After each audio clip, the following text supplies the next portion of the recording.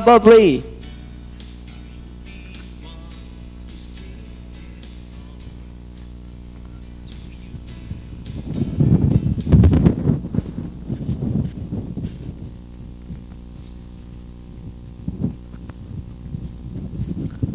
Waiting for the rider.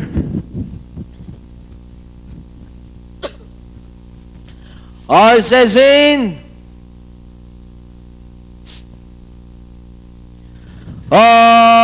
Horses out. We have Hold the Bubbly. Jams Party Ireland. Moving up Party out. So now Stick to Beauty. Our Charmaine Magnificence.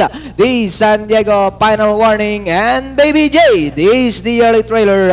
Hold the Bubbly by about 2 lengths. And in second is Stick to Beauty. 3 lengths of in third. Our Charmaine. Moving up by Drell Magnificence. The San Diego comes next. Baby Jade. And Final Warning is the early trailer by about 7 to 8 lengths of the pace.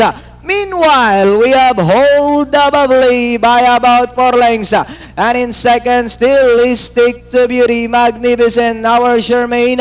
Alongside now comes the San Diego Final Warning. And Baby Jade still racing in less. Hold the Bubbly by about 4 lengths. Moving up Party out, so now Final Warning. The San Diego is by Drell, Stick to Beauty, Magnificent, our Charmaine, and Baby Jade. And it's there, Hold the Bubbly by about 3 lengths. Final Warning in second. The San Diego is running by Drell third, and followed by Stick to Beauty.